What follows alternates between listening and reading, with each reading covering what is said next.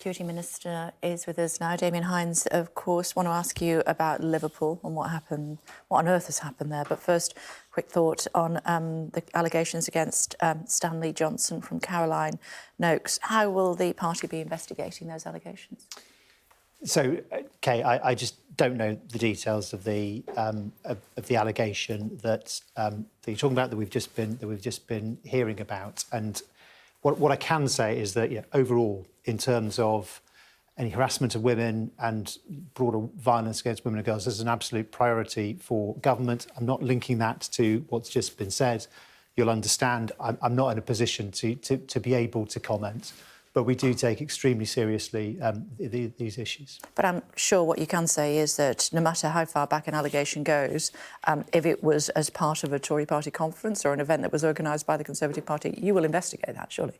So I'm genuinely not in a position to be able to give you more information than what you have. If there are investigations to be had, then of course they will take place. I can't speak to the detail of the allegation or the circumstance because I just don't know, and I've just been hearing this morning. OK. I'm sure we'll hear more about it during the course of the day. Talk to me about what's happened in Liverpool. How was this attacker able to make an explosive device?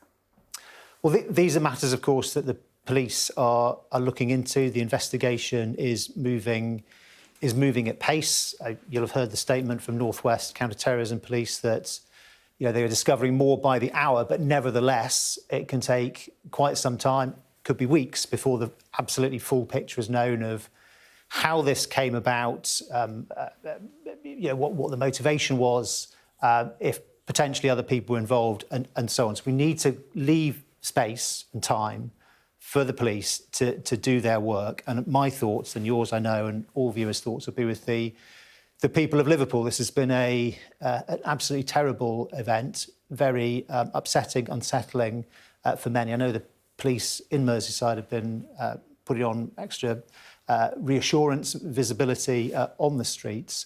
And as I say, our thoughts are very much with the people of the city and everybody affected by this incident. OK, let me put it another way. How concerned are we about lone wolves that during the pandemic have managed to be in their bedrooms, tapping away on their computers and being radicalised?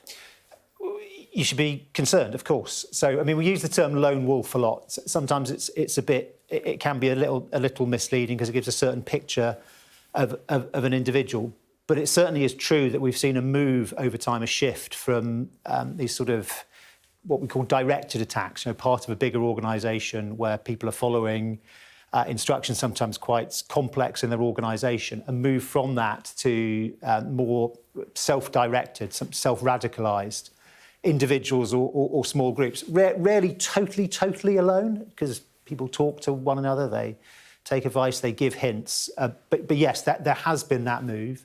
And you mentioned lockdown. Of course, during the lockdown periods, there have been more people spending more time in front of computer screens. And we know that when that happens for a very small minority, very small minority of people, but there can be radicalisation with very bad consequences. So it's something that we've been aware of, that's happened, that people are being radicalised as a result of so I'm afraid lockdown. it's not brand new, Kay. I mean, radicalisation, self-radicalisation.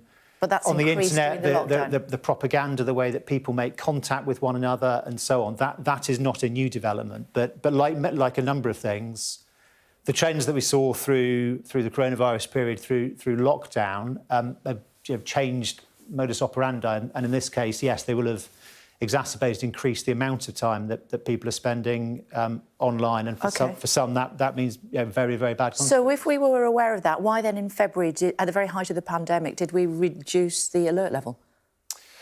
So look, the alert level is determined independently of ministers. It's not something I determine or the Home Secretary determines. We have a body, JTAC, the Joint Terrorism Analysis Centre, who are experts in this area, and they use the alert level. It's a way that law enforcement, security services and others can calibrate what they are doing, the protective security measures that are needed. But look, we've been at a high alert for a very long time now, and that's the important thing. We need people to be We talk about alert but not alarmed. We need people to be vigilant. If people see something suspicious, something that isn't right, to report it. And of course, in this particular incident, anybody who has any information, please to come forward, either directly to North West Police, or you can always call Crime Stoppers anonymously. Indeed so. I understand that, Minister. But, you know, if we were aware, or the security services were aware, that at the height of a pandemic would mean that more lone wolves, or whatever you want to call them,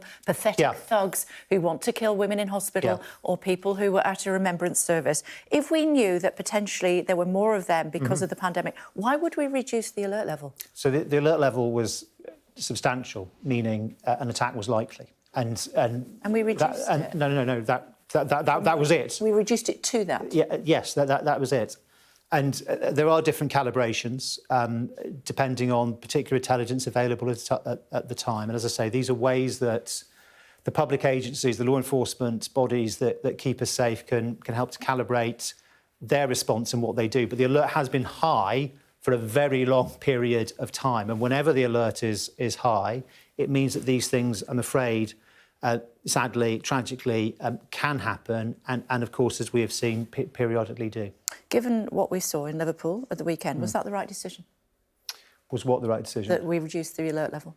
Well, as I say, these are not decisions that I make or ministers make. Opinion, though. We entrust professionals, experts in the field. But what's your opinion?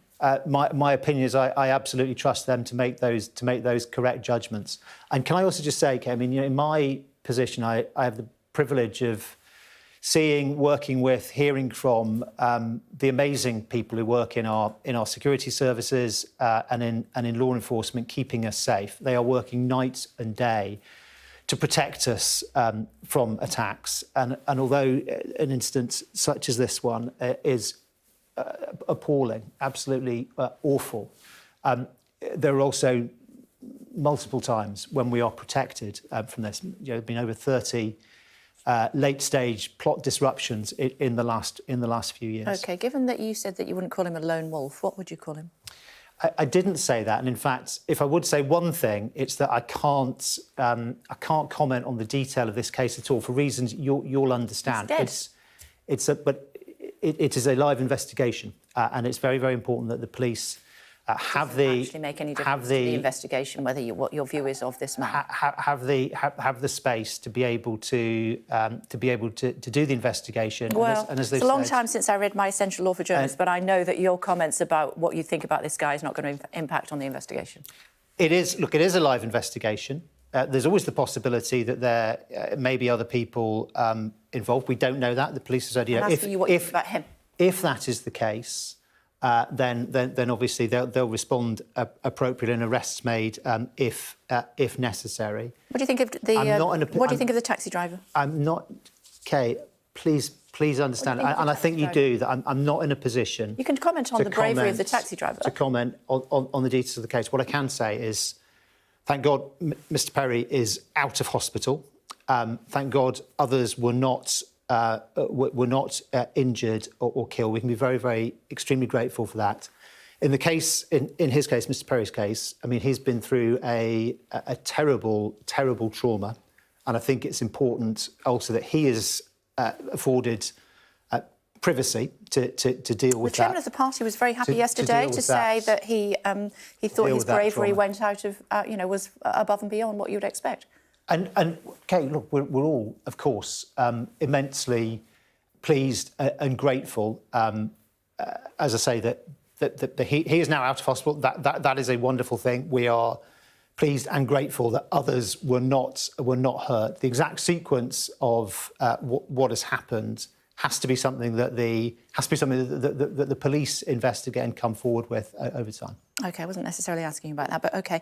HS2, part of it's going to be scrapped. What reaction can you reasonably expect, I suppose, from the people in the north who you promised so much to at the last election? So, as my understanding, it's not. You'll understand, obviously, transport is not my department, but I understand the integrated rail review comes out later this week, and only when that comes out do we know what's in it. I think we know before that because, and not least because we've heard from Labour, we've also heard from the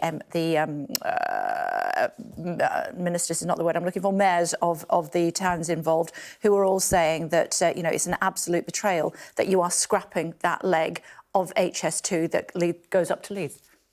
So I am not aware of that because the integrated rail review. I don't believe you. Is due out, but not this morning. It's coming later this week, and when it comes, we'll be able to. Well, it won't be me on your show that day, but you'll be able to talk to somebody sitting in this seat about it. Well, it's our understanding. But it's not out now. What's your view? What do you think that people up in the north will think when they will promise the earth for their votes and it looks as though that's not going to happen? I think we're not very levelling up, is it? I think we're absolutely committed to levelling up. I think that runs through, is infused in everything. As long as you don't want to get on a fast train. In everything government does. Transport also is part of that, and so are many other things. But on the specifics of the railways, we're going to have to wait for the integrated rail review. OK, well, we do know what's going to happen as far as COVID and boosters are concerned, because the Prime Minister was talking about it yesterday. And it does look as though you're going to have your booster in order to be able to travel overseas.